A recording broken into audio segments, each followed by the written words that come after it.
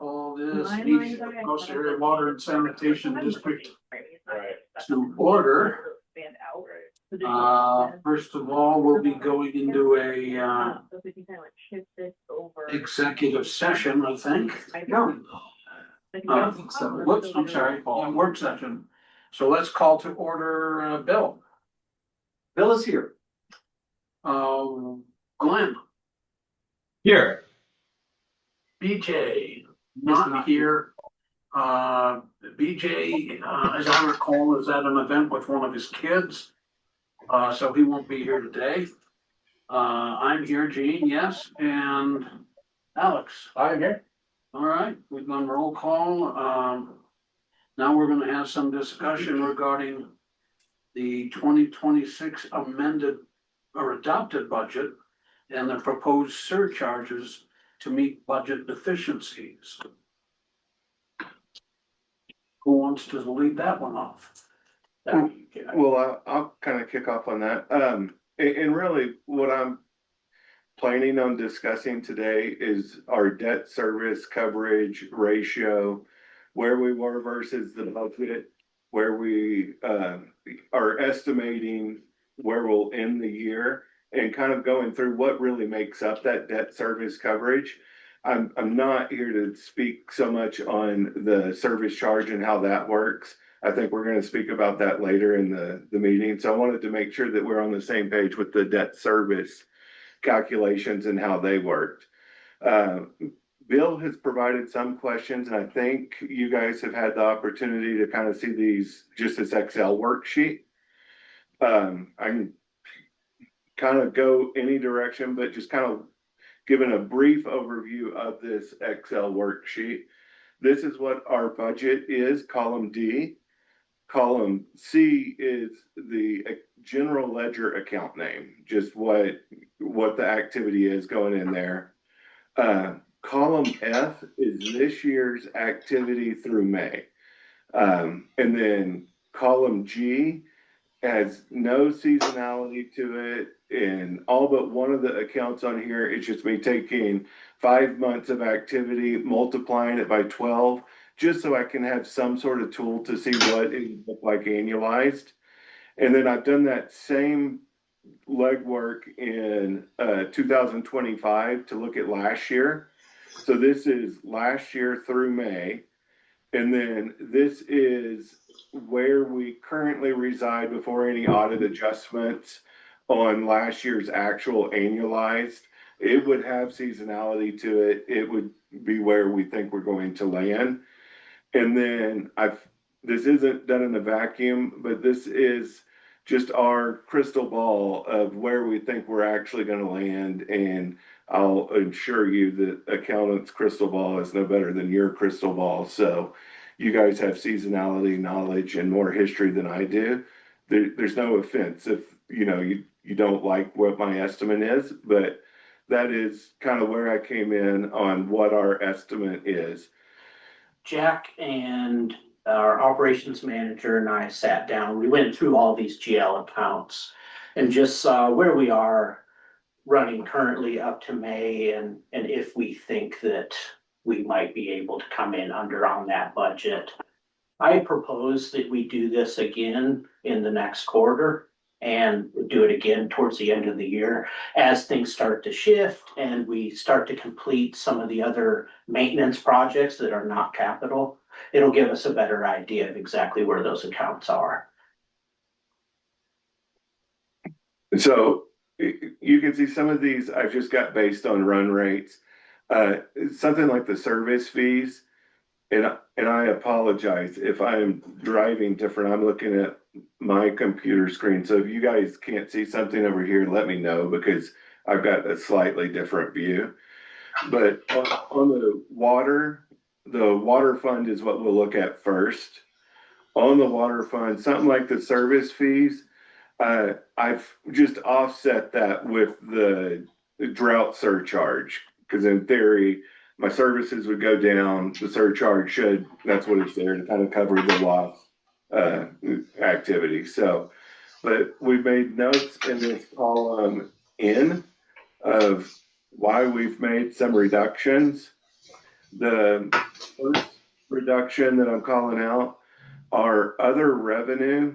So the majority of these accounts, you can look at it as a whole, there's similar activity in it. When you hit something like another revenue, you just got, it's a miscellaneous bucket. But one of the big items that we have in there is grant revenue. And when you're looking at debt service, you're looking at it from the bank standpoint. They want to know your cash operating activity. So they're not interested in one-off type activities. And I've actually had experience prior to here where I had a $750,000 legal win that was booked into revenue, but was not considered part of my debt service because it was a one-time event. So that it doesn't help you. What is included in our budget is the grant revenue that we have received. And that likely shouldn't have been included in here. I validated with the actual debt covenants and reading the agreements shouldn't have been included in there. So of that 200,000, I've reduced that to 50,000 of just other activities that are us doing our operating activities, our business, our service, our infrastructure related activities. So that doesn't mean we're not gonna hit the 200, it just means for the debt service discussion, we're gonna go with 50. Great question. Yes, and that's exactly right. This is completely different than the budget perspective. We're solely looking at debt service.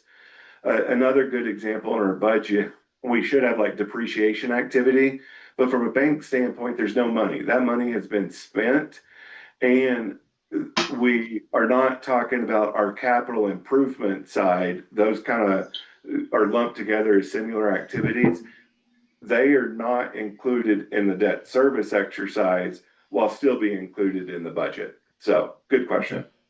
And would the same be true in wastewater? That we're still anticipating that large grant, but we're just not recognizing it for purposes of debt service coverage? That is correct. Okay. I don't know any reason of anything specific that I have seen. The general comments that I'm making wouldn't be the same with the wastewater side as they would be with the water side. But you do kind of bring up a point there. Those are two of our funds. Those are what we'd consider our enterprise funds. The activity that we are doing business in, our general fund is a little bit different, and the general fund is not included. It's our enterprise funds and our operating activity that is included.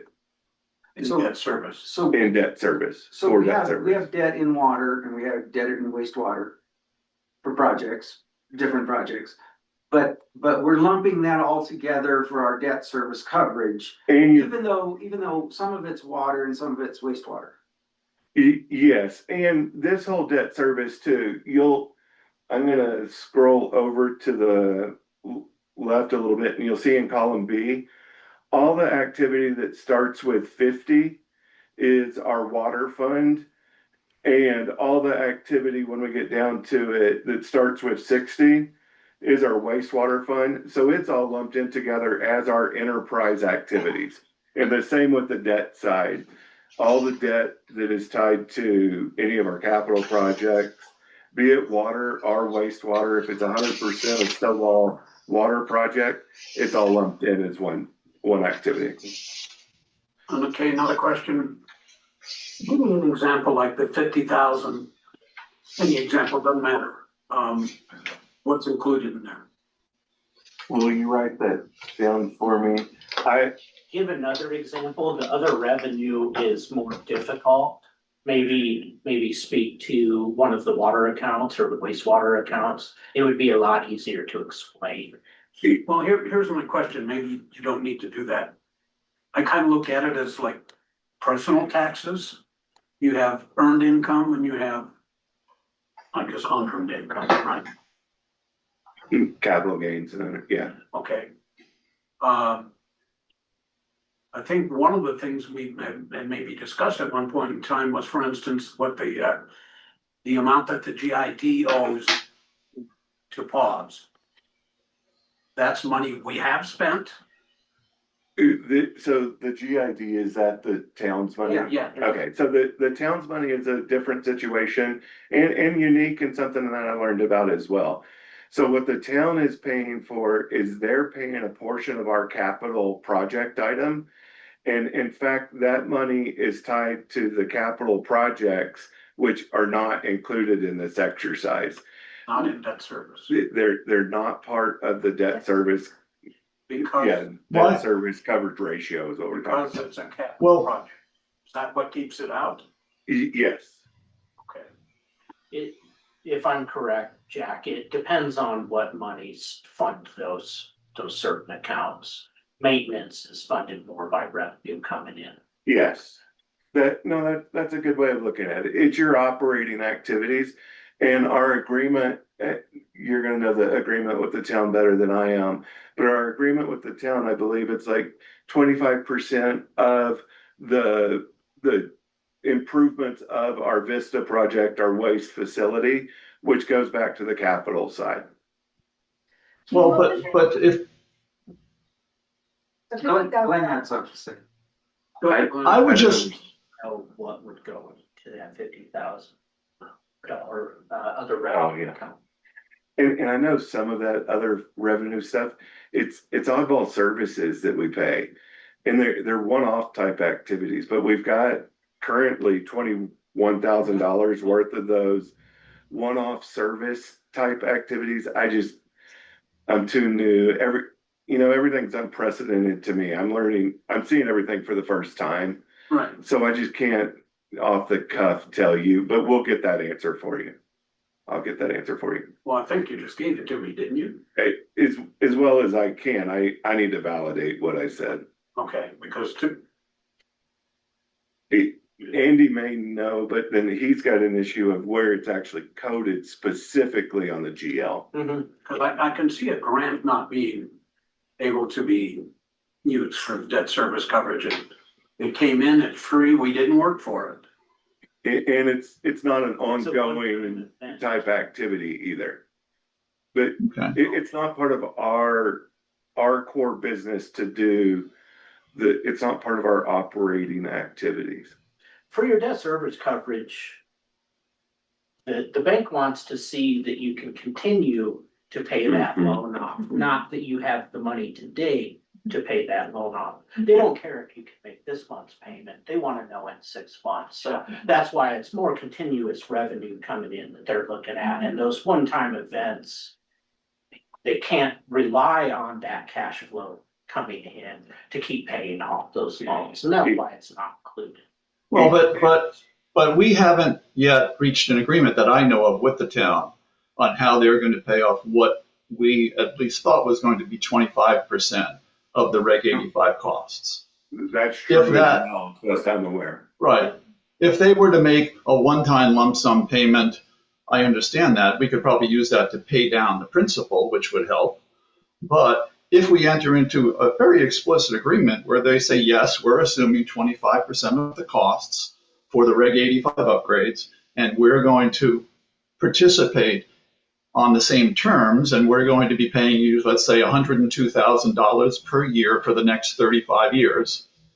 It's hard to see how that isn't a substantial, enduring, reliable income stream that can be assessed against the $9 or $10 million we spent on the Reg 85 upgrades. I mean, it's You hit on something at the very beginning of that, if you use that money to pay down principal, paying down that debt would assist, but the capitalized items are not part of this calculation, and that debts or that city's payment is going to go to reduce that capitalized project. well, but Even if if the it city, takes but them 30 years to pay it. But if it's characterized and structured legally as a participation in paying off the debt, then they're simply paying off their 25% portion of that debt over the next 34 years, let's say. I just think we should look at a legal and kind of auditory way to characterize what they do.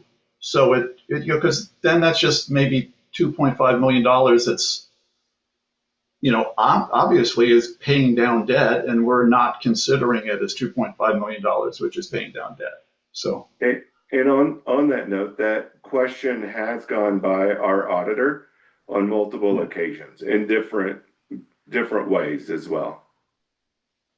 okay. And then now we have two streams of income from the town, and the other is that we get $176,000 a year from them on the wastewater side. Now, I'm assuming that's considered kind of just a rate, a bulk rate. So that is counted. Which, well, that is part of our service fees, right? Right. Okay. And that is definitely part of the calculation. It's specific to the outstanding monies for the Vista project that I am saying is not going to be part of this calculation. How about the loan that they're paying back? I We just loaned the money to build the pipeline. We loaned the money for that. Is that being calculated in here? that is all balance sheet activity. That is not part of the additional revenue. Because it's capital. It's all on the balance sheet. It's an open receivable that we have from them in an agreed upon amount. So it is not really part of this because it's not part of our services that we're providing. It's not part of our expense until they default on the payment or until there's an actual expense piece or a revenue piece. That's them paying back a receivable on our end. So way oversimplified, the only things that are considered in debt service are operations, Yes, way oversimplified. Yeah, that's exactly right. that's a good way of looking at it. I think it's also important to remember that your terms of your debt service coverage are dictated by the debt. In this case, it's dictated by the terms of the revenue bonds that we went out for, because that's the most stringent. Is that correct? Yeah, so it's our The most total, stringent yes. Percentage, for the ratio amount. yeah, And so to her That's point there, 1.25. 1.25 is the revenue bond debt service coverage ratio, isn't that correct? Yeah, that's what we took it down to. So I'm gonna go back to that unprecedented piece. I've got a drawer up there with probably 20,000 different pieces of paper of what all of our debt agreements are. I am He's leaning, not kidding. I mean, it's a full filing cabinet, full drawer of that filing cabinet. And so I have, in full disclosure, not read all of those documents, and I'm leaning on my predecessor to tell you that's what we've had in this calculation. I believe that to be accurate and don't have any reason to give you different, so. That's what I recall, Bill, but we can find out for you. And it's not, Okay. You haven't been able to retain all that information? Yes. I haven't been able to absorb all that information yet. It hadn't even gotten in there to purge. That's the target that we're trying. It would seem then to me that the two largest things we've just been discussing are because PAWS has acted as a bank and are loaning money out for maybe good reason, Yeah. which we probably shouldn't do in the future. I'm very, I think the majority of accountants are probably very financially conservative. And I'd fall into that bucket. I'm comfortable there. I don't believe that we're really talking with us being a bank as being part of our debt service calculation. Sure. But I'm 100% behind you, thinking that we're not our primary business is to provide water and wastewater services. It's not to be a bank for other town. services. Yeah, Well, for- other for municipalities. anyone. I mean, I'm sure there are good 100%, completely agree. that may, break that rule, but, and you just said it perfectly just now, it doesn't help us get out of the conundrum we're in right now, but That is true. generally speaking. It's been challenging the last couple of years with compliance going up drastically. and it's been dry here. We can't sell this much water when we're in a drought restriction and we have low snowpack. So the revenue is dropping and our requirements to maintain our system and to meet state compliance just keep climbing. So that doesn't work. I would think we would sell more water when it's dry. I would think. And we may. Well, you will until those bills come out with the multiplier for the restrictions. Which The happened rich lately. people who live here, they're just gonna keep watering. Yeah, it doesn't Alex keep is just up gonna keep though watering. Yeah. with. Kids with wanted to take the pool out today. I'm compliance like, part. no. Yeah, No. so that's really Yeah. a big struggle. We have done this exercise a couple times already this year.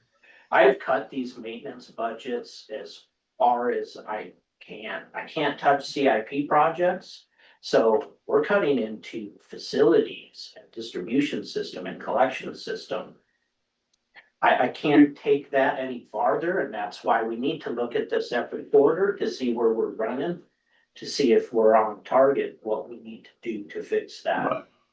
Yeah, and I think we should recognize that this is incredible detail, and I appreciate the commentary. It's very cogent and very succinct. So thanks a lot, Jack.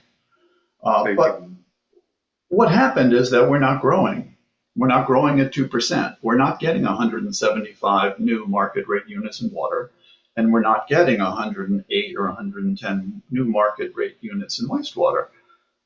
This year, in our rate study, we were expecting to collect $1.7 million roughly in both funds in capital investment fees. We're looking at the budget of 1 million water and 1.25 million wastewater because that's what Aaron 2 years ago and Jack last year decided was kind of a prudent figure to put in there. But that prudent figure already represents a real lack of growth in the community.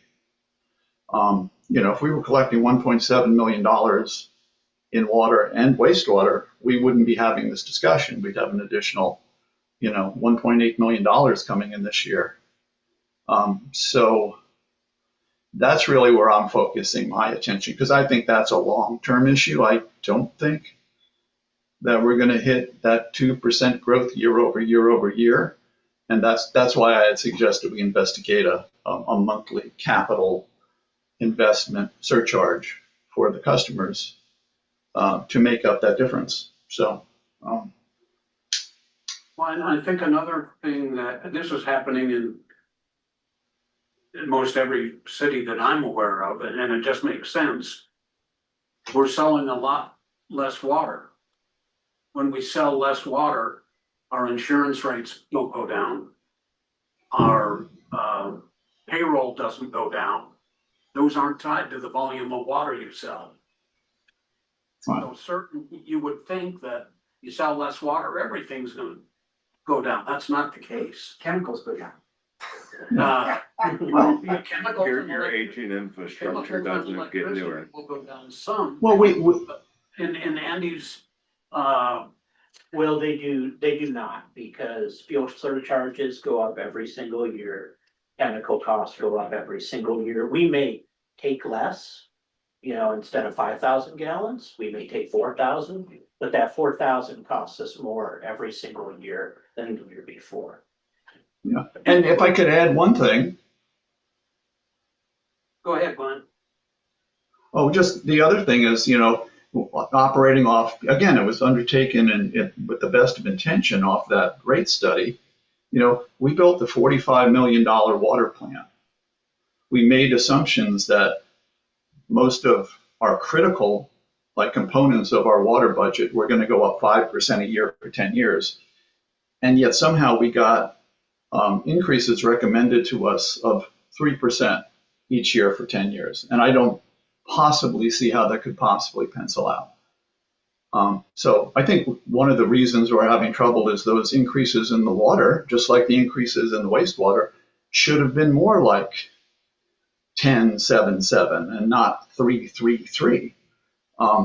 So I'm willing to be the bad guy because I don't have to run for re-election. But when it gets around to recommending some things, I think we simply need, we should cut and we should be prudent. But on both sides, we have to raise more money. Well, I think Glenn should make that motion and Gene and Alex should vote in favor of it, because I have to run for reelection. Well, I think that's a So little. I'll It's a so little I'll shut up premature. now. We gotta do what we gotta do. And what I was starting to say, you would think our electricity bill would go down because we're not pumping as much water up at Hatcher. However, we're running the San Juan plant whose electrical costs are much larger than Hatcher. So again, how much water we sell is not equivalent to our revenue. And, we're not the only ones, feeling that pinch. Well, mentioning elections for a second, one of the main things I ran on was trying to keep water rates low, but the one concern I do have in all of this, and I don't know that I have an answer today, but I don't wanna keep pushing infrastructure projects to the back burner and keep allowing an old system that needs work on it to be ignored, for the sake of keeping rates low. I mean, cause I just feel like that's gonna spiral out of control. Over time, it's gonna get more and more expensive to repair pipe every year. And I'm worried about that. I'm worried that if we put off everything and just run this like a skeleton crew, that down the road it's gonna bite us, and it's gonna get harder and harder and harder for the staff to be able to effectively keep this district operational. That's my worry. I think that's a great call out, and some of the cuts that Andy and Justin are, kind of committing to or bringing out and as suggestions are the redundant tools or the redundant equipment to keep the machines going. Yeah. When you start killing your bench, when you start not not keeping and maintaining your aging infrastructure, it doesn't, like you said, it compounds on itself and starts becoming more expensive than just maintaining it. We keep the rates low now, and then 5 years from now, we're at $160 a month because. And I don't know the history, but I think there's been some, I don't know the history well enough. I think there has been some trying to keep those rates really low historically, which it's compounded, and now we're into a situation like we're in today, so. It's unfortunate. Yeah. So I hate raising rates. Gene, just final thoughts. We've got just a couple minutes before we go into executive session. So does the board have any other questions or comments or? Yeah, my question is, how do you feel? Looking at all those numbers and our requirement for debt coverage, I mean, are the cuts that are being made? I don't believe that cuts will cover. No, they're still short. They are. That's the reality of it. They're still short. And we just looked at this earlier. In addition to the cuts that we made at the beginning of the budget season, and to Glenn's comment, I wasn't here for the last budget, but the cuts that they had previously made going into this budget, Andy and Justin Stone have then looked at the net impact, because we have some things that are going, we know that are going above budget. But $600,000 additional on top of what has already been, suggest or was already a part of the budget. So 600,000. it, You need 600,000 more is what you're saying? no, I'm trying, so on the screen here, I'm just pulling up all the expense accounts, none of the revenue accounts. Okay. And these are the main drivers. I didn't put the few $100, the smaller items in there. But you can see there's some that are negative because I know we are not going to hit that amount. Yeah. We've got $620,000 of net expense reductions over and beyond what we have budgeted that we can bring to the table, that operations is committing to as much as they can without having a crystal ball to know what's going to break tomorrow. In addition to already having a very lean budget on the So you're the get-go. saying you've reduced as best you can, 600,000 thus far. Yeah, More there's- In addition to, yes, I know sir. that it's tough to say, but today, how much more is your gut feeling do we need? 800. Another 800. Right. So Jack, well, that's what I anticipated. Let me just bounce this off you and see if you wince or it's something. What if we recognize that we have been undercharging on water under this rate study, and instead of 333 the last 3 years, it probably should have been 555 at a minimum, and we would have voted in place a mid-year 6% increase in water rates, and then also put in place a $5 per month surcharge on both the water side and the wastewater side dedicated to debt repayment. Is that getting us closer? I mean, anything that you can add would get you closer. What I would say is I kind of need to lean on some legal advice on Sure. what impacts our Tabor restrictions. And I would be very apprehensive of going along with that without having a little more knowledge on our. Oh, sure. Yeah, that's a Sure. good question, but we can't answer it tonight.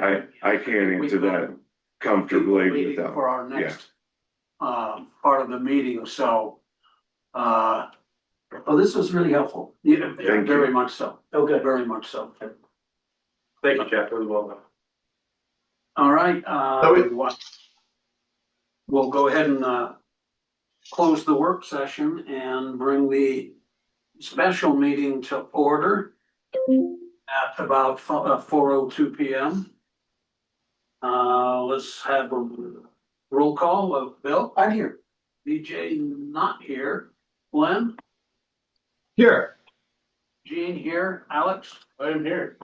And once again, I believe BJ had a family commitment, which is why he's not unable to be here today. Consideration of agenda. Would anybody like to read the reason session? Yes. So the reason why I put that on the special meeting agenda is because I had noticed the executive session to discuss the three different topics, the Running Iron Ranch mediation process, the agreement with the PSSGID and Glenn's proposed surcharge discussion that you've been having. And I wasn't quite sure if you wanted to have that proposed surcharge in the executive session or not. So that's why I set up the agenda. Okay. Marcus is on too. Sorry. Marcus is on too. If you. Okay. Hi, Marcus. Hey, Marcus. Are you on? Yep, I'm here. Okay. So, number 4 on the special meeting agenda is consideration of executive session to discuss Running Iron Ranch and litigation related to the same. I would move that we convene an executive session to discuss Running Iron Ranch litigation related, or Running Iron Ranch and litigation related to the same, as well as management of the Running Iron Ranch. Intergovernmental agreements by and between Pagosa Springs Sanitation General Improvement District and Pagosa Area Water and Sanitation District, and proposed surcharges to meet budget deficiencies. All of that being the subject matters pursuant to CRS section 24.6.402.4b for the purpose of receiving legal advice on specific legal questions from the district's general counsel on the subject matters, and CRS section 24.6.402.4e1 to determine positions relative to matters that may be subject to negotiations, developing strategies for negotiations, and instructing negotiators with respect to the subject matters. That's my motion. I'll second that. Discussion, and for clarity, Marcus, is that 4C1 or 4CI? It's 4C. Gosh, I would call it I. Okay, I'll make that adjustment. okay. Any further discussion? Hearing none, all in favor? Aye. Aye. Aye. Opposed? Motion passes. So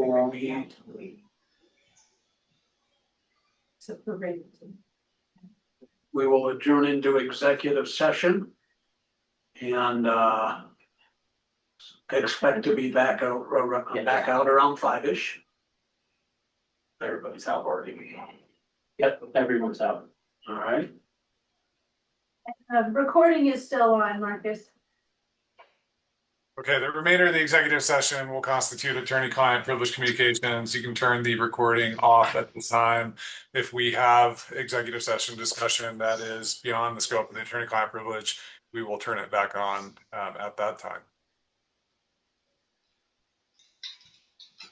So we're gonna adjourn the special meeting then. Yeah, we'll adjourn the special meeting, and just to make note, no decisions were made during executive session. Do I hear a motion to leave executive session? So moved. Second, All in favor? I Aye. make a motion that we end the special meeting. Aye. Second, the motion. A motion and second to end the special meeting. All in favor? Aye. Aye. Aye. Motion passes unanimously. Okay, we've got a few minutes to 10-minute coffee break. Yep. Okay, let's call this regular meeting, 3-1 Sanitation District to order at 5 p.m. And let's begin with roll call. Here. Bill. Bill's here. Glenn. Here. Gene's here. Alex. I'm here. BJ is out on family matters. Next will be consideration of the agenda. I'd like to just say that we can delete number 6. We don't need public comment twice. So we can delete number 6. Any other agenda changes that anybody sees? With that change, I'll move to approve the agenda. Do I hear a second? I'll second that. Motion on the second. Any comment? All in favor? Aye. Aye. Aye. Motion passes. Number 5, approval of minutes from the. No, public comment is number. Oh, look, you took out the public comment at number 6, didn't you? Or did you take out number 4? I guess I took out number 6. All right, let's open it up to public comment. Public comment is meant for any items not on the agenda. And we ask that you keep the length of any comments to 3 minutes or less. And so is there anybody with any public comment? Ma'am. Linda Lee.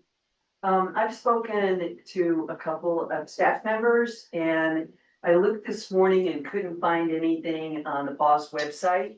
But I think it would be a really good thing for the organization, maybe with a PSA in the newspaper or just on your website to actually list the 4 items of each level of water restriction.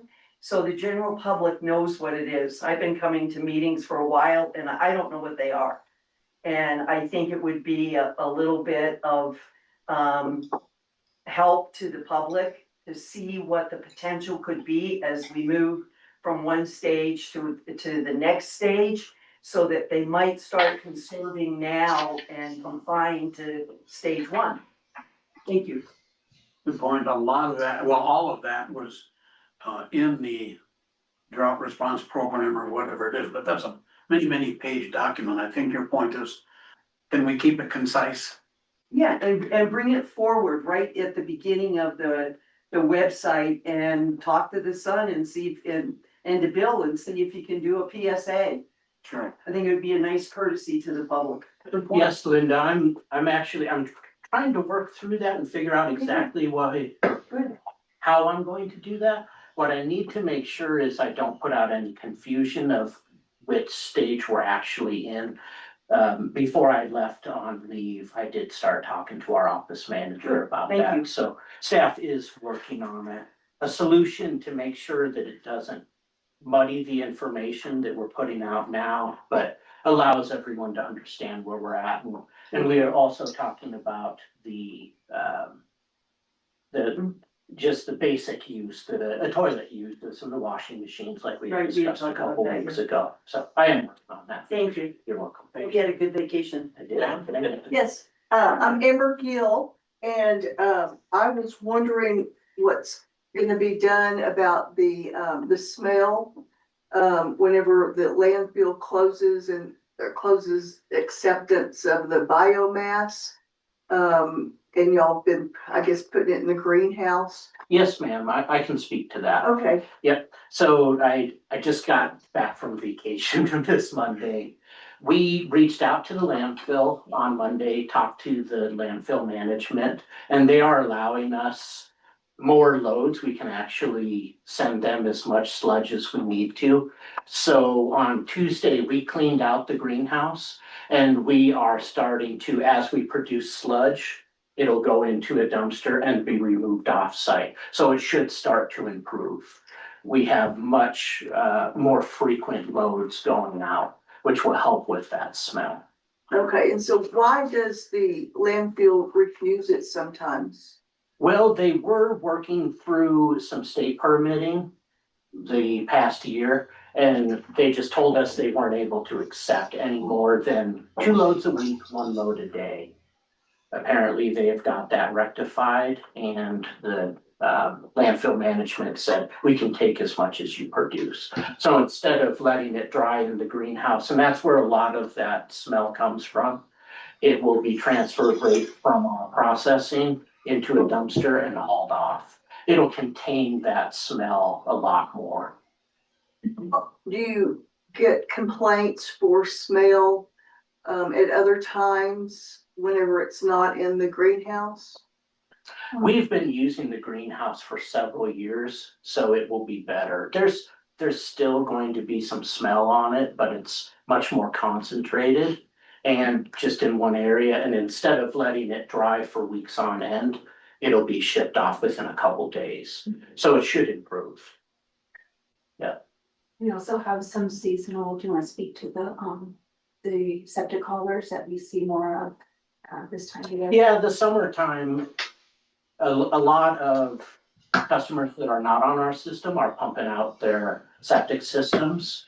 And this is kind of the time of year that we see that. So those haulers are pumping directly into our force main out front. And as it comes into the system, we get off gassing in the system as well. And that's something that we can't control. We have to provide that service.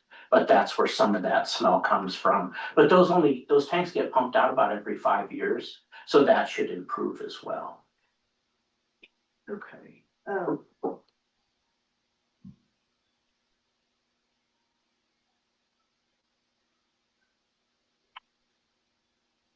I'd just like to maybe make a personal note.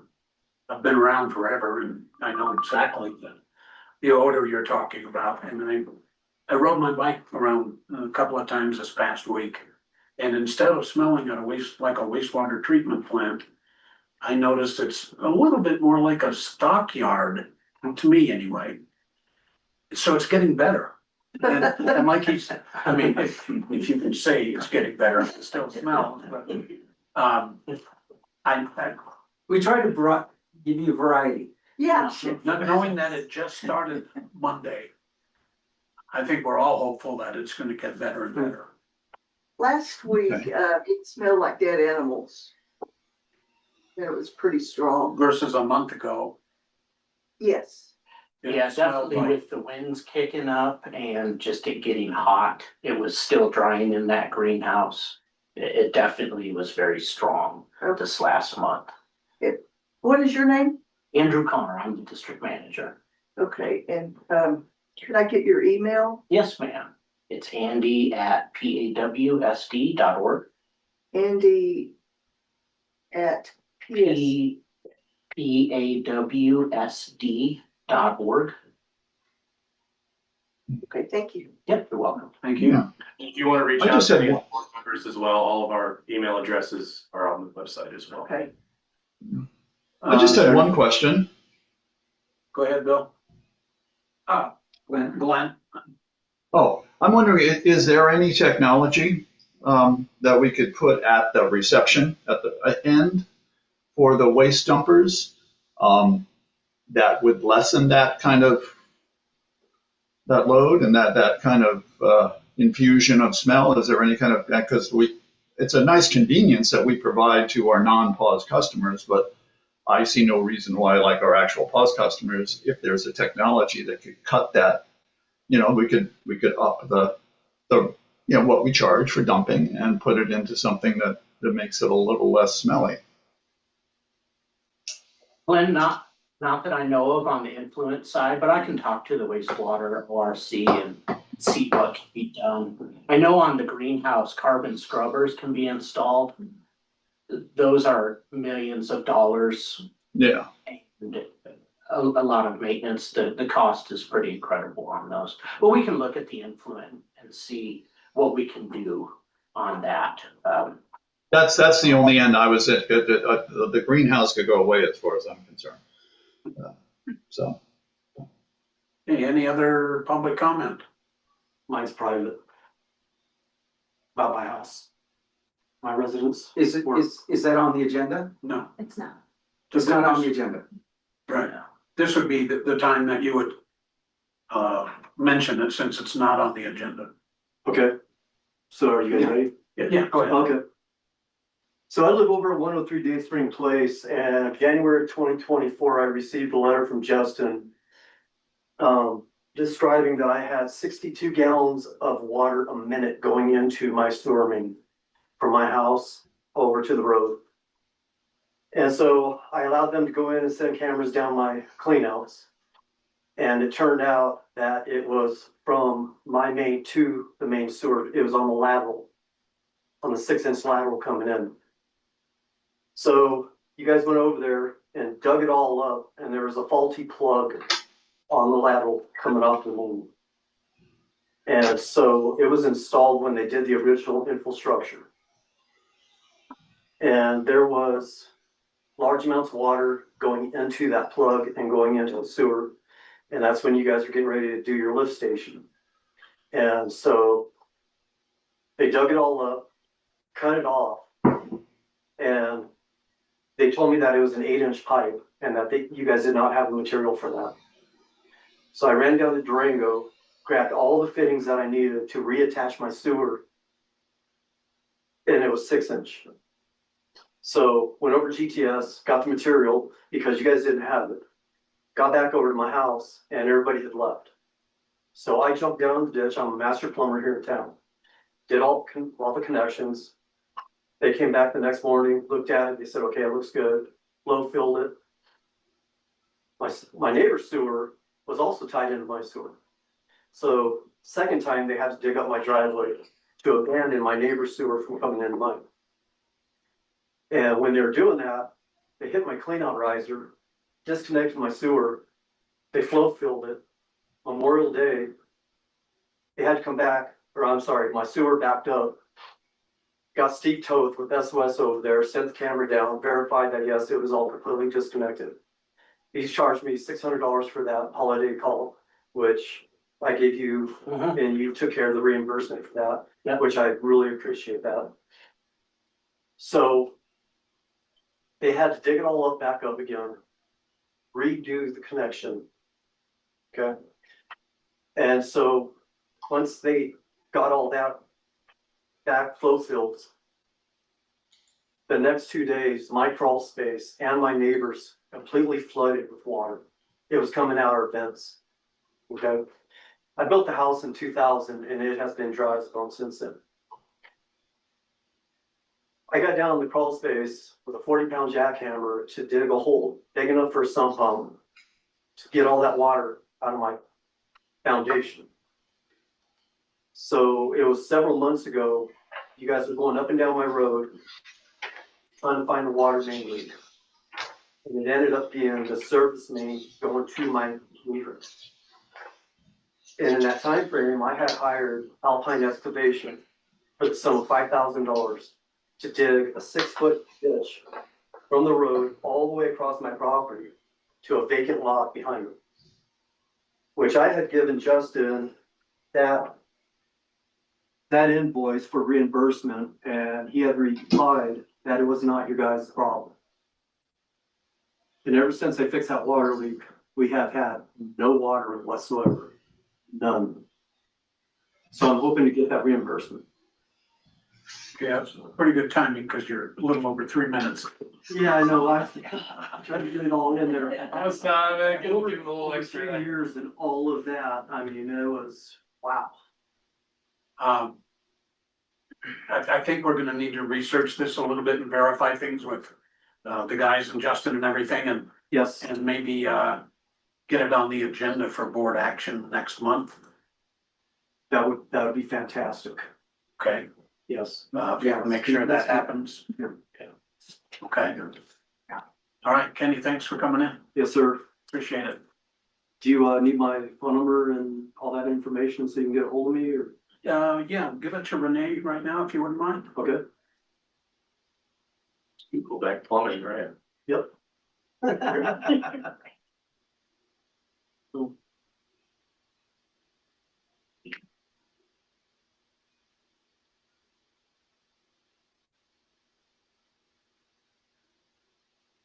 Okay.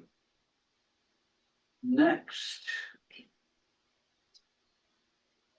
is approval of minutes from the Actually- 14th meeting, regular meeting. Has everybody read those minutes and you have any comment? The minutes were well done. I'll motion to approve the minutes from the May 14th regular meeting. I'll second that. Got a motion and a second, and further comment? Hearing none, all in favor of approving the minutes? Aye. Aye. Aye. Aye. Just to, in complete honesty, I was only able to hear about half of what was said in the last meeting. I was having a low bandwidth issue, so. All right. Unanimously approved. And now we have number 7, consideration of backable of village fees at 445 Saddle Circle. Apparently you're Mr. Bliss? Yes, sir. Go ahead. My name is Kurt Bliss. Thank you to the board members for allowing me to be here for short notice. I own lots actually 761 and 762 in Highland Estates for about the last 7 years, just short. I'm here to discuss Rule 10.11, which is the availability fees. There was a resolution signed in 1994 by Paws District and the owners of the property at that time, ceasing the availability fees by joining lots 761 and 762. But the lots were actually never joined. PLPOA fees continued, separated, taxes continued, 2 addresses are still active at those 2 lots. Because of this resolution document, in my opinion, essentially being invalid, and the lots not actually being joined, and you can see paragraph 2 in 10.11 rule stating that it should be conjoined due to Archuleta County requirements, which never actually happened. So first, I'm requesting that I only pay back availability fees for the time I own the property, which is basically 7 years, or at the very least, I would like the board's consideration to charge back 32 years at the original rates, not current rates, especially since the availability fee has increased 40% in the last 4 years. And that's what I'm looking to do here today. Okay. And the total, just for everyone's recognition, right now, back availability fees is $14,722, and the property's worth $30,000. Okay, thanks. Discussion, board?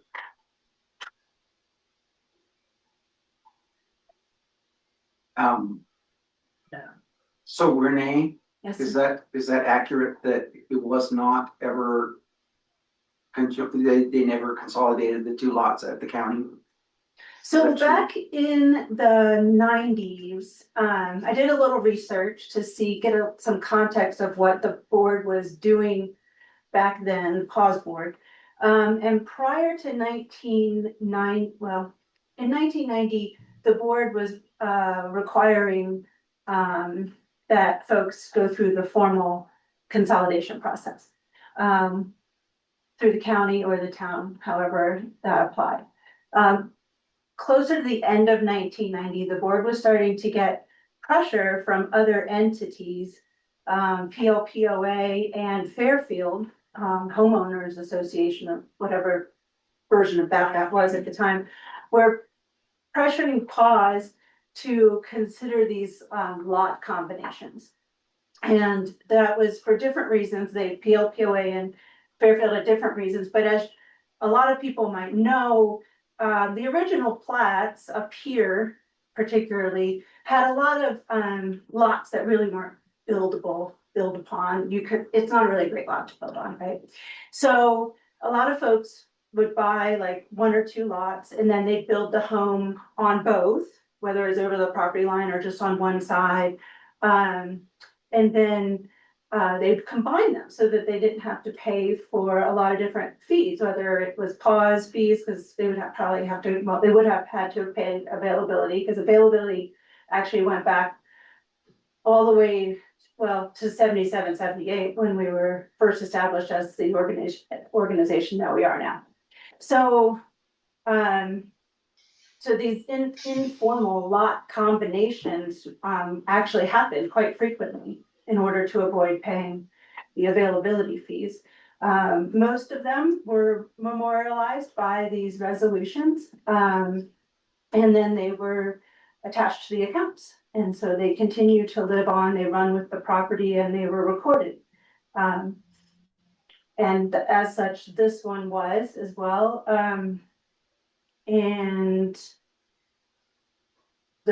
So I also reached out to the assessor and the property 445 Saddle, lots 761 and 762 are combined at the county for tax purposes.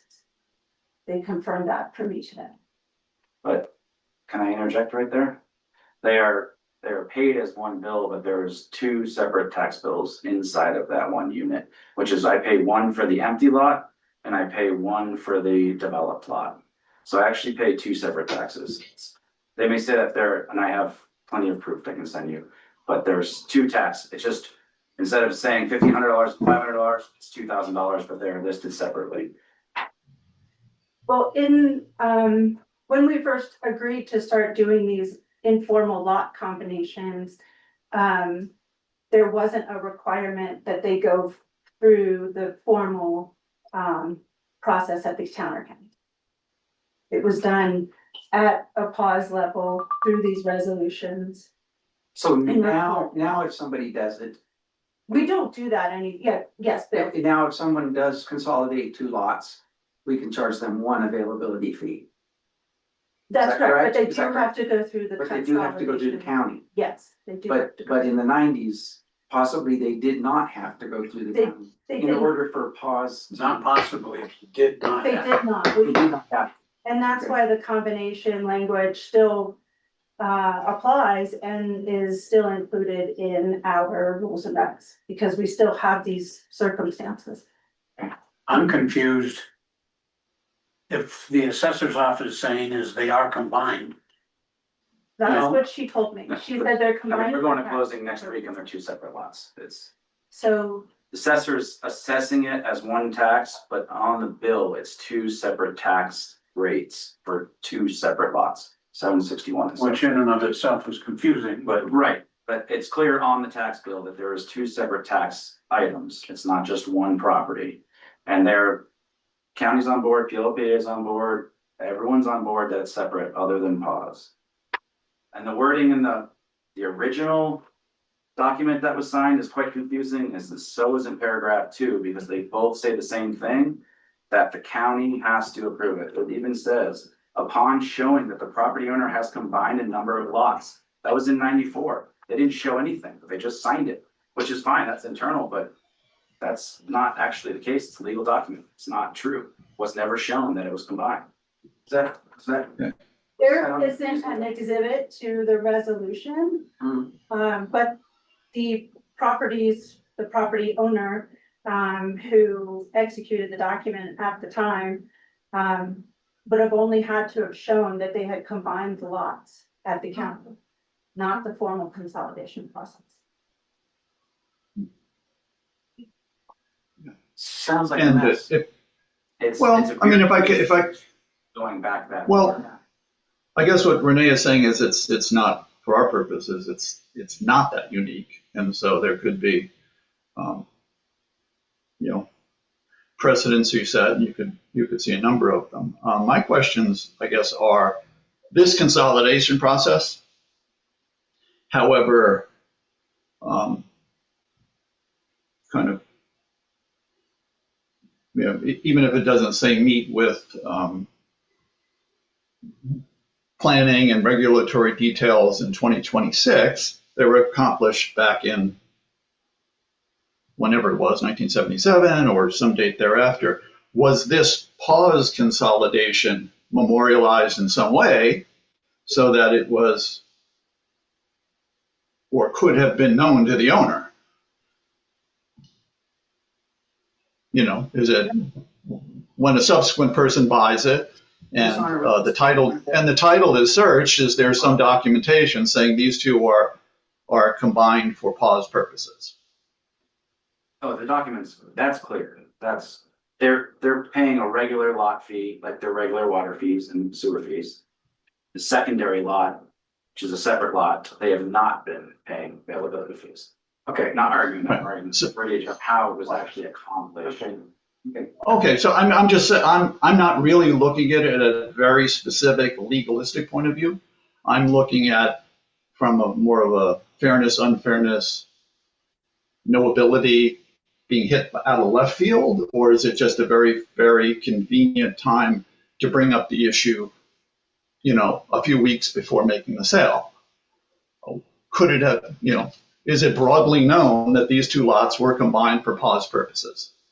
This is not surprising anyone. It's just you don't think that lot consolidation met legal detail. There's like a legal question. Correct. I do not want to go there, but the $14,000 bill was shocking. That was like real estate taxes just accrue. PLPA actually charges you up front and then doesn't charge you when you come back in if you separate. So it's just it's a lot of money. I'm here. So just trying to figure out how to make we're gonna build why did you get this bill now? Because the lots I'm selling one lot with a house and the other lot's gonna be an empty lot sold to build a house on, which will also, of course, bring 20,000 in tap fees and in perpetuity sewer and water. So I was just trying to negotiate with the team internally at Pause, but they said they had to follow the letter of law. Totally get it. They're following the rules. They're saying this is what you owe me if you want to do that. And I said I would like to talk to the board about it because I think there could be some sort of resolution to where we all win. Yeah, I guess for me that I just kind of was too verbose. If this came out of left field and it had been handled in a procedure that somehow wasn't apparent to the owner then or subsequent owners, then I'd be very sympathetic. If it was quite well known to every owner and subsequent owner that these two lots have been consolidated, and now you're going to unconsolidate, it's really just like every other lot unconsolidation. So I don't know why the next person who comes in and wants to divide 2 or 3 or 4 lots can't say that they don't feel they should have to pay the back availability fees. I'm not seeing that. There might be, some technical annoyances, but it seems like everybody involved kind of knew what was at stake, except it's the price tag that's, upsetting. And it was very upsetting when we had to pay $45 million for a water plant that we thought was going to be $19 million. And it was very upsetting when the state moved in and forced us to do $10 million of unnecessary upgrades. And when the state in 10 years is going to tell us you have to abandon a perfectly functional Vista waste treatment plant and build a $120 million replacement. So that's the things we're juggling. So. Totally hear your point, and that's why my secondary thing is the back availability fees at current rates going back this far was probably, it didn't change for almost 20 years. In 2020 almost didn't change. And now it's up $150, you know, a year, and I gotta pay that back 30 years. Just seems a little unreasonable. That's all. Well, I mean, I've been around a long time, too long, and I really need to leave. And the thing was that we didn't raise availabilities for years and years and years. Well, we raised the rates on all of the folks, you know, their water rates, their wastewater rates, their taxes, because raising availabilities is a very it's particularly a very cumbersome process with a lot of notice. And so we kind of left them low for a long time. So it's not, you know, Any other I comments? don't think our, I tend to agree with Glenn. You do it. Setting a precedent is a dangerous thing. But I'm wondering if there is a compromise instead of current rates. Is there a compromise that the board would feel comfortable with? I would be comfortable with using the original rates rather than the rates now. For the entire, how many years is it? 32 years. 32 years at? Well, when the rates changed, we, you know, which was what year? 22. 2022. but that means we're being paid in 1996 and $1998 in 2026. You know, if we got that money in 98, 99, 2000, then we perhaps would have less debt now because we had more funds to do things back. I don't know. To me, I'm looking at the next agenda item or two where we're going to be proposing probably very steep increases in water rates and the imposition of water and wastewater infrastructure surcharges, and I just don't see where we have why we're going to carve out an exception for lot consolidations or lot, you know. But that's just me. We're just spreading the pain here. We're not really, you know. So to remind everybody, and forgive me if you already know this, but the availability fee is the vacant lots contribution to the debt. And so that debt fluctuates, but that's what it's the contribution to. So this lot hasn't paid since 1994 towards the debt that the district has had to take on to build and expand and be available when they want to connect. And just to remind you, also, the last time we had a subdividing of a lot, the board honored the policy in place, and that was in June of 2025. Yeah, I'm gonna kind of have to agree with, it's a rough situation, but I'm gonna have to kind of agree with Glenn on this one. I mean, we're talking about raising rates again because we have to, not because we want to, not because we have shareholders out there that want to make money, but because we have bills that we have to pay, and setting a precedent of giving waivers right before we're going to raise everybody else's rates. I don't see how I can justify that to our ratepayers. It's an unfortunate situation, but that's my opinion on it. Do I hear a motion? Yeah, I would move, I guess, how would we word this? Deny the request. Yeah, to deny the request for a waiver. I'll second. Motion and a second to deny Mr. Beck's request. Any further discussion? Hearing none, all in favor? Aye. Aye. 3 ayes. Are you abstaining or are you a no? You didn't ask for. Oh, all again? All opposed. You didn't say All opposed. I'm opposed. Okay, now motion passes 3-1. Kenny, Not Kenny. Kirk, I'm sorry, Kirk List. Kirk. Kirk, I'm sorry. It's all right. All right, moving on to number 8, consideration of the drought stage 2 designation.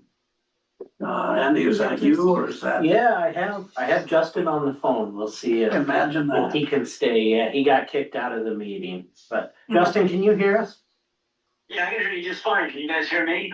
Yep. Yeah, we can hear you. I'm still trying to get back on. I'm having computer problems.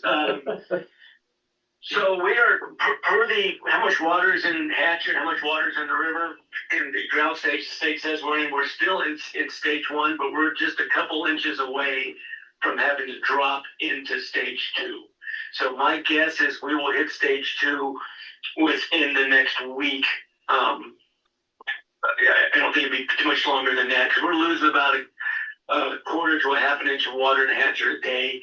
And as of right now, if we were down another 3 inches, we would be in stage 2. So we're getting really close to being to going into that. So what I'd like to see if you guys would give, like you did last time, give Andy the ability to move us into stage 2 once we get to that point, which is coming right away, so that you don't have to have a special board meeting in the next 7 days. That makes sense. And I, maybe some people don't quite understand this, but it's not just water usage, it's evaporative losses. With this kind of warm weather, the sun is taking water away from us as well. And until the monsoons hit, and we get some significant moisture, and really what we're doing, I think most everybody knows this, but we're protecting our water supply, into the winter. It's prudent that we take action now instead of waiting until it's a super emergency. So I personally support giving our district manager that authority. I do as well, because I'm looking at the forecast right now. We've got a 40% chance of rain on Sunday, and it's looking pretty grim after that, and they're calling for 0.07 inches. So I don't see anything on the forecast that's exciting. So yeah. No, and this would also give me an opportunity to start putting out some education. Give us a week or so to start pushing the updates. I would like to work it the same way that I worked the drought stage 1. I think that worked really well. We did get some calls, but the call volume was much less than it was last year. The multiplier was less, so that could have contributed to that, but just sending out that district-wide flyer that I sent, letting everyone know that we are increasing to drought stage 2, putting it on our website, getting it in the paper. I think that would be beneficial to just get that jump started. And especially when we hit drought stage 2, we drop down to that 4,000 gallon threshold and not that 5,000 gallon threshold. So having the opportunity to get that information out. So I'd like to make a motion that we authorize the district manager to go into drought stage 2, but to immediately let the media know that this is pending so that people can prepare for it. Yeah. So as soon as possible, get out press releases, whatever information we can get out, to let people know this is coming, rather than waiting until it actually happens. That's my motion. I'll second that. Motion and a second. Any further discussion? I had just one point. If we do do an outreach or articles or an advertisement, I wonder if it's a good idea to give people the heads up on what the possible, what stage 3 would entail. And if we all adhere pretty faithfully to stage 2, we may not need to get there. The only issue with that, Glenn, is just the confusion. We already have customers. It's not something that they deal with, but once a year. Okay, that's fine. Confusion, then just putting out, this is where we're at, this is what we're doing. I think that's a better route. Miss Linda Lee said, I can I can figure out another avenue to get that information out. Yeah, we can look at it, Glenn, for sure. Yeah. Yeah. Or, or just, you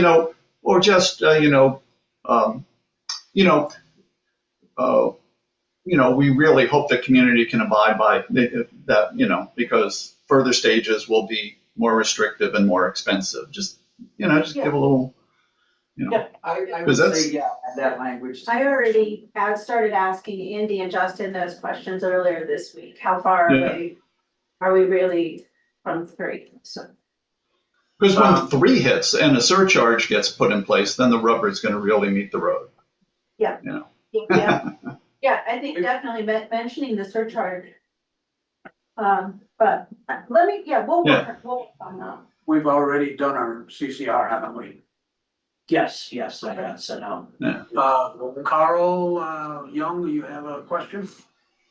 Yes, I'm just wondering what the effective date, once you go into the drought, what's the effective date? Is it the first of the next month? Is it retroactive?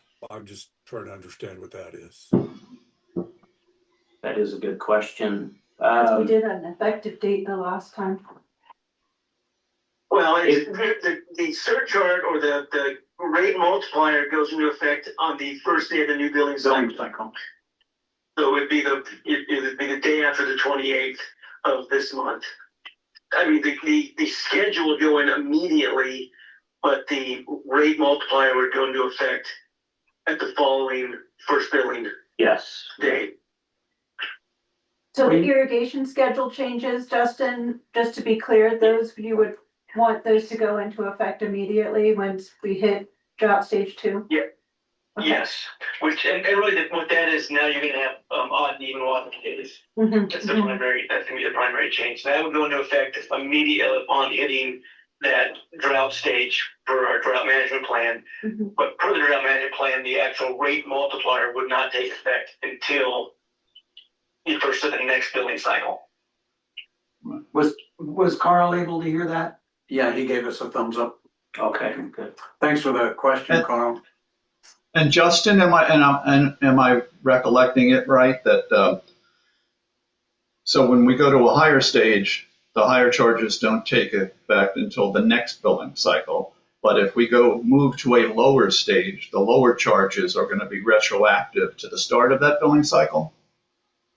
That is correct. Okay.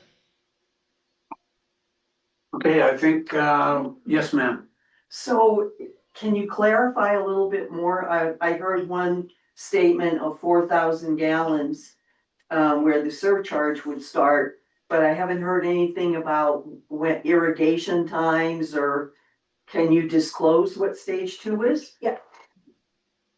Yes, stage 2 is irrigation permitted only between 9 PM and 9 AM based upon address.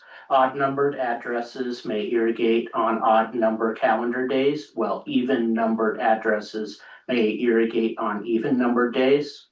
Irrigation is permitted Monday through Friday only. Weekend watering is prohibited. Gardens, edible and ornamental, may be hand watered using a hose or drip irrigation. Restaurants shall serve water upon request of customers. Hotels are encouraged to replace towels and bed linens for new guests upon request. Thank you. You're welcome. You're welcome. Okay, I think we have a motion on the table to approve or did we? Yeah, wait a second. We're authorizing. Okay, hearing no more discussion, all in favor? Aye. Aye. Aye. Vote passes, and we will move on to number 9, consideration of intergovernmental agreement by and between the PSSG or Pagosa Springs Sanitation General Improvement District and the Pagosa Area Water and Sanitation District. Andy, is that yours? I had included that on the agenda, just in the event that the board wanted to take action during the regular meeting following your discussion with the attorney. Yeah, I recommend that we table this. I think we satisfied Yeah. that pretty much, unless the board wants to do something. I'd make a motion that we table this till the next board meeting. Probably more like August. Table it Okay. for now. Until whatever, all right. Do we need a motion? Do we motion need for a that? vote on that? I will second that motion to table. Okay. Motion and a second, all in favor? Aye. Aye. Aye. Motion passes. Number 10, consideration of the 2026 adopted budget and proposed surcharges to meet budget deficiencies. So that again, I put in the event that the board coming out of its work session needed to take action. So if you don't have any action beyond the discussion that you had with Jack from during the work session, then we don't. So I just like the public to be aware that we're looking at some budget shortfalls due partly to a slowdown in the construction industry. We're not hitting the targets on budget that we thought we would hit. And so we may need to add a surcharge to the bills or to change the fees. But we haven't made a decision on which direction to go yet. I think is that And there's accurate? some legalese that needs worked out. We're controlled by Tabor, so that we have to consider that. Yeah. I don't think we'll.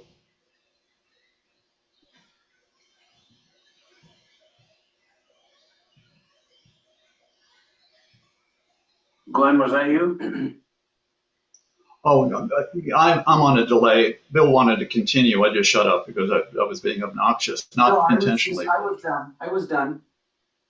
Go ahead, Glenn. Yeah, I mean, I think what we're going to do is going to be, within both enterprises. So the Tabor restrictions will be probably easily met. Unfortunately, it's pretty easy to raise rates. We try not to do it, but we have the difference between pause and say if the county or the town or even the hospital district were facing what we're facing, they'd be in crisis because their revenues are very restricted. Whereas what's scary is how unrestricted we are really, and we've tried to be prudent about it. But when our capital investment fees that are supposed to be paying for the new water plant and the new wastewater upgrade are running 45% below what was projected, we're just going to have to make that money up. So,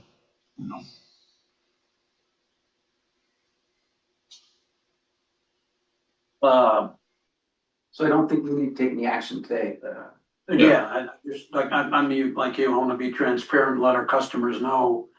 Our staff is gonna make some significant cuts in certain areas. We've got, I've said this before, the district is pushing 60 years old. We've got aging infrastructure. And too many things to go into great detail right now. If anybody ever wants to talk about it, you can email me at my pause email, and I can go into more detail, or any board member that feels comfortable doing that. I guess I know more than most because I used to run the plants. But I'd be happy to explain to you in greater detail. But it's, things like the best, what's the word, example I can give you is Reg 31, which is coming up very quickly. And for lack of a better way to put it, we may be required to air condition our sewage. It's just not something that's negotiable. We have permits that are issued by the state and the federal government, and they're usually not negotiable. So we're going to do our best. Like Alex has said, his platform was to keep rates low, and the entire board wants to do that. But when we have these unfunded mandates, it's just really, really tough. I see, Carl, you've got another question. Yes, thank you. So I realize you're in a really tough spot. To follow up on Director Bomer's point earlier, I hope that you keep the Stevens to Hatcher project funded and online. I mean, it's kind of alarming to hear how much water is being lost at Hatcher, and, you know, a more efficient way to get water from Stevens into Hatcher, I think would be appropriate. Thank you. Yes, Carl, I can speak to that. That is a capital improvement project this year, so that funding is still in place. Okay. Could I just add, I can see Jack and he's being very diplomatic. But I think we need to kind of present him with a timeline, because this is not a crisis in the sense that we can't handle it, but it's a crisis that we have to handle quickly. And so we not only have to put in place surcharges that will cover our issues in 27, 28, 29, 30, but we do have to raise a significant amount of money for 2026. So I'm wondering if we should have a work session fairly soon, followed up with a meeting so notices could go out. And if we're going to adopt them, we probably should be aiming for August 1st, so we at least get 5/12ths of a year. And I hate to say this, but we may have to make the 2026 surcharges a touch higher than they will be in January 2027 to raise the money for this year. I think that has to be on the table. I don't want Jack to go away from this meeting thinking that we understand him and we appreciate all the excellent work he did, but we don't sense his urgency. Yeah, in total fairness to our ratepayers, I think that's an excellent point, Glenn. Are we suggesting that we pick a date for a work session? Is that your suggestion, Glenn, that we pick a date for a work session to look at? Yeah, I mean, if Jack, I'm saying if Jack would like to, whatever action we take, obviously there's a 30-day notice. So it would probably look like August 1st would be the soonest we could, but probably given the amount of money that we really need to cover these debt service ratios for the final 5 months of this year, those surcharges might be a couple of dollars more per month than they need to be over a 12-month period. I just don't. I don't want Jack walking out thinking, hey, that my board understands where I'm coming from, but maybe doesn't understand like that we really need to accomplish this in a pretty quick time frame. Because I sense that. I get it. Could we propose something towards the end of this month? The first part of August, Renee and I have obligations, so it would be very difficult for us to be able to be on site. I'm dropping my daughter off at school up in Denver, so I can't be here. So the auditor is thinking about having his presentation the last week of July, probably more like the 30th, like that kind of last week of July. So that would be a special meeting. But I'm thinking, and Andy's gonna be out that week. But I'm thinking Glenn wants to have something a little bit earlier so that we can really work on this and get the surcharge properly noticed, by July 1st and all of those, Right. all of logistics, So how about, Justin Ramsey will be back in communication. The week of the 22nd of June. So if we needed his availability, maybe we could look at something like the 25th of June. Does that Sure. Jack enough time to That's the put a proposal together? That's the 4th Thursday of June. I've got the least tenure of the, of what the seasonality, what everything looks like. So I can put a proposal together in that, it sounds like 10, 15 days. But I do want to lean on you guys and Glenn. I do very much appreciate the sense of urgency here. The CIF funding last year was an issue as well. And we may see some of this from our audit, but so the sooner the better. I don't know how much weight I want to put on me as the one that's putting it together, so I do appreciate the, the work session and having you guys involved. Who would you recommend putting it together? No, I mean, I can put a first pass through. I'm just expecting that my first pass is gonna need some adjustments. Is all I'm happy to be the bad guy.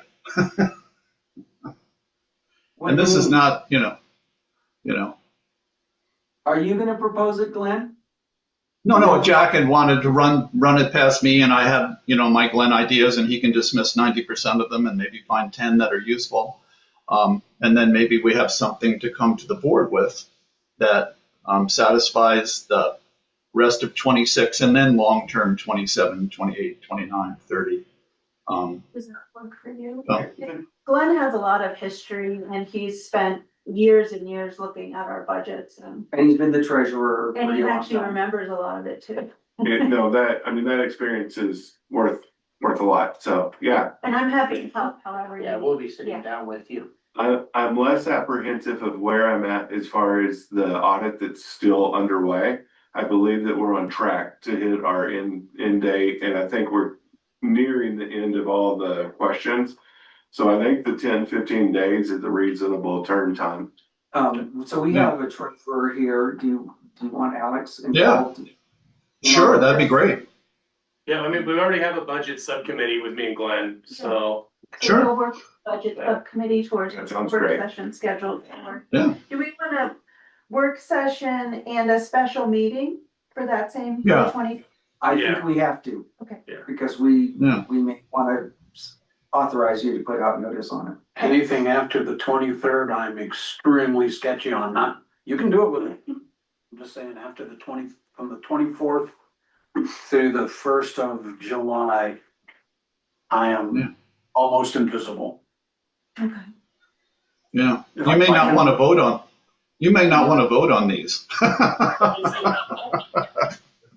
That's the easy way out for you. If I can remote in, no, but I Okay. just can't guarantee it. I can run the meeting. Perfect. Can, someone reach out to Jay to see if he would be available? He's in an airplane. He's in an airplane, but, Well, The yeah, 25th in the he afternoon? pays for Wi-Fi on the plane. Of course, yeah. I just don't normally communicate with him that much, so I didn't wanna just cold call him, but. Wait a couple of minutes, we might get an answer. Okay. I just sent him a text right now. Super says, It would be good to have as many board members as we can, but like Glenn said, you may not wanna be here, but. we got a quorum. But if somebody gets sick, if I barely have a quorum and someone's sick, then Yeah. this is gonna be a tight timeframe logistically, so we will get it done. While we're waiting on BJ, Do you want to just move down to the talking holes? yeah, I think, has everybody read, Andy's talking points? I think there's some good news in there. Andy, do you have any? Yeah, I have good news and I have news. Does that mean you have no bad news? I have news and I have good news. So you've been to? The Vista construction project, I just wanted to let the board know, we did run into a couple of issues just in the past couple days on the new clarifier. There's a level of grout that we have to put on the bottom of the floor of that clarifier to make up the difference between the scraper and the actual floor. When that dried, it shrunk a little bit and cracked. So we have to reach out and put a sealant on it. That could potentially push us an extra 3 weeks of completion on the project. So more than likely, instead of the July one that we were anticipating, more like the second, third week of July. But the contractor said that's worst case. if they have to completely remove it and put it in. If we can just seal it up, they still think they can make that target. So not bad news, but just news that I wanted to update the board on. Okay. Some good news is the MSC wall up at Snowball is rebuilt. That's been a challenge for the past couple months to get the vendor in there and get that taken care of. That is all completed, minus just the concrete cap that goes on top of the wall. And the contractor said that'll be poured in this month. Are you anticipating, any date for an open house or anything yet? Not just yet, because they're still working through punch list items. The other thing, we do have some programming on the DAF system is the dissolved air flotation system on the front end of the plant. That is having some programming challenges that the programmers and the water plant operators are working through. So we still have a little bit of time up there before that facility is completely done. Right now, we are making over 1 million gallons of water per day at the San Juan plant. That's excellent news. We have a valve between the Hatcher water treatment plant supply area and the San Juan supply area called Asper's Low valve. Right now, that valve is almost completely shut. So Hatcher plant is just servicing the Hatcher area. It is making roughly 750,000 gallons of water daily still. I'm hopeful now that the bills have rolled out for June, people start to see that multiplier and will start backing off. Because the production out of that plant is a little bit higher than what I'd like to see. I'd like to see a couple thousand gallons, less than that. What's the max at Hatcher? Is it 2 or 3? It's 2 million. Yeah. We can push 2.5 during certain circumstances, but it's 2 million. You got really clean water. Yeah, it's more with the cleanliness of the GAC towers on the back of the plant. Because there's a differential pressure on those that I can't push the plant as hard as we get closer to a carbon change out. Okay, that makes sense. Yeah, Here. makes sense. Yeah. We discussed earlier the odor complaints on the greenhouse, but just to reiterate on that, we are working with the landfill, get more loads out more frequently. And for right now, especially during the hot summer months and the wind's so high, we're keeping everything consolidated right at the center to try to help with that stuff. With it hot, with it windy, there's still going to be stench off that plant. It is a wastewater treatment plant, but we are doing everything we can to get that sludge out as soon as possible. The sewer repairs, we went out to do 50 sewer repairs this year. 25 of those are complete. The remaining 25 will start on June 16th, here next week, and will be completed in a couple weeks.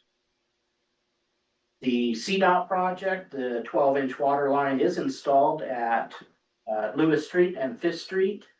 And our next project with CDOT is to replace the line on 7th Street. North 7th Street has had a leak or multiple leaks right down there by the coffee shop. We have not opened up the road there because that line is in very poor shape. Every time we excavate that, we create more issues. With the CDOT job going on, it just worked out really good. We can piggyback CDOT, save on some paving costs, and go ahead. I'm going to replace that line from Highway 160 all the way to the backside of TBK Bank. That 4-inch steel line that's in place now will be removed and we'll put in fused pipe. That'll outlive everyone in this room.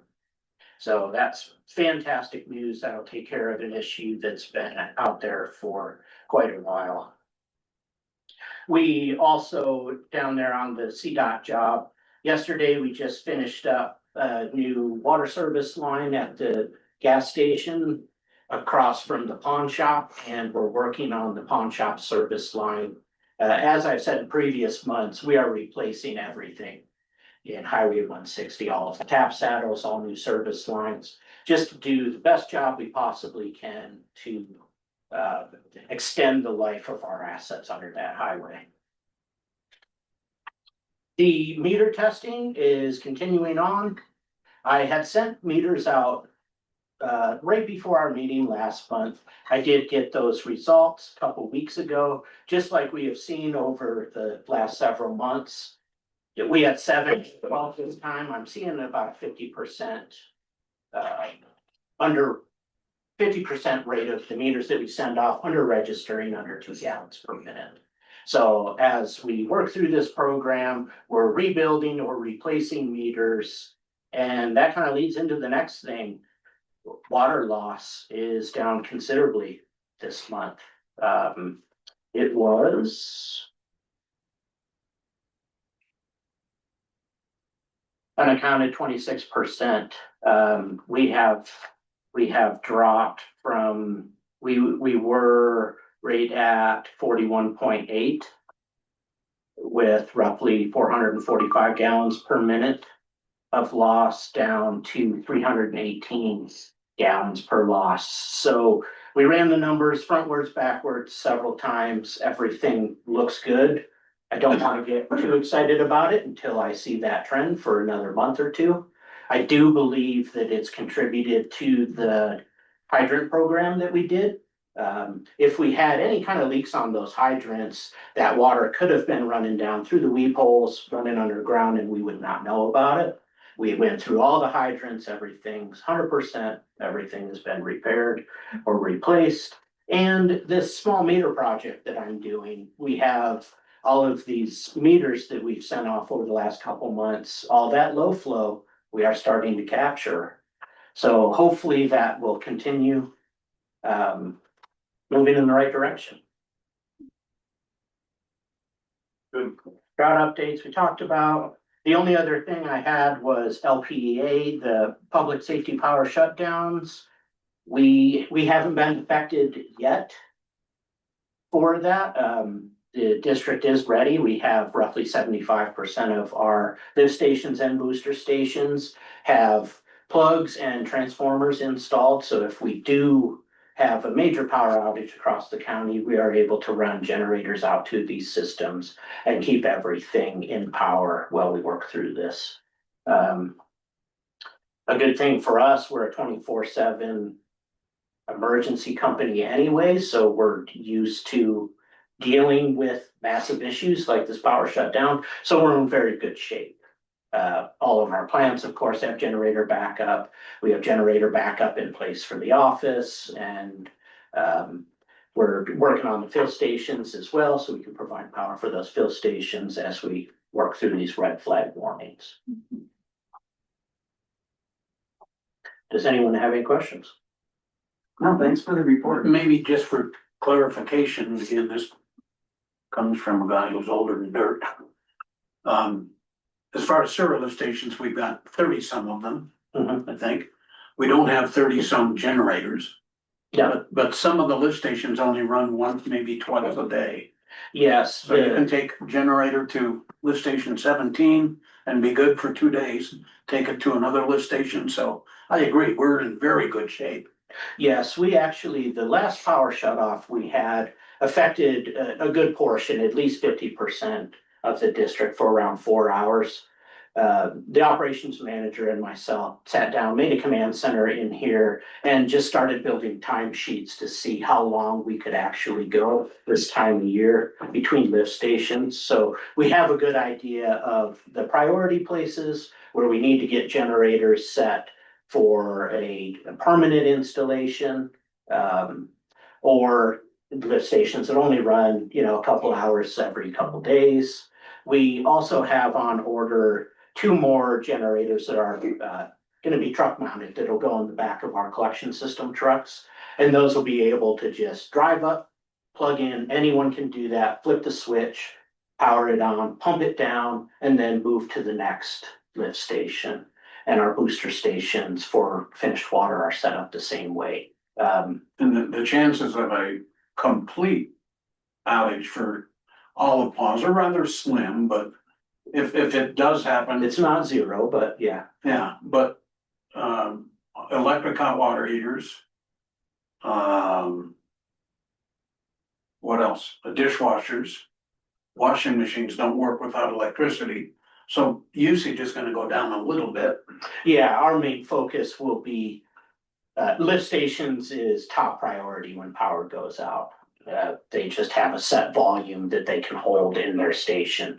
And then the next, critical component is just our booster stations to our tanks, so we can make sure that we can keep water supply in. But I feel confident that we can handle anything that's gonna come up. We have in the past, we have seen, you and I saw an outage before, 3/4 of the day. Yeah. I have brief staff.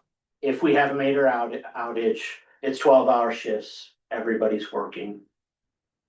We have a plan in place to combat that if it happens. We are accustomed to emergency work. That is our bread and butter. We're good at it.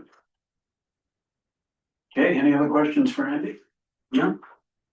That figures out the agenda. Do I hear a motion to adjourn? So moved. Second. All in favor? Aye. Aye. Alright, Thanks, everybody. Glenn, you gotta put your thumbs up. You're on mute.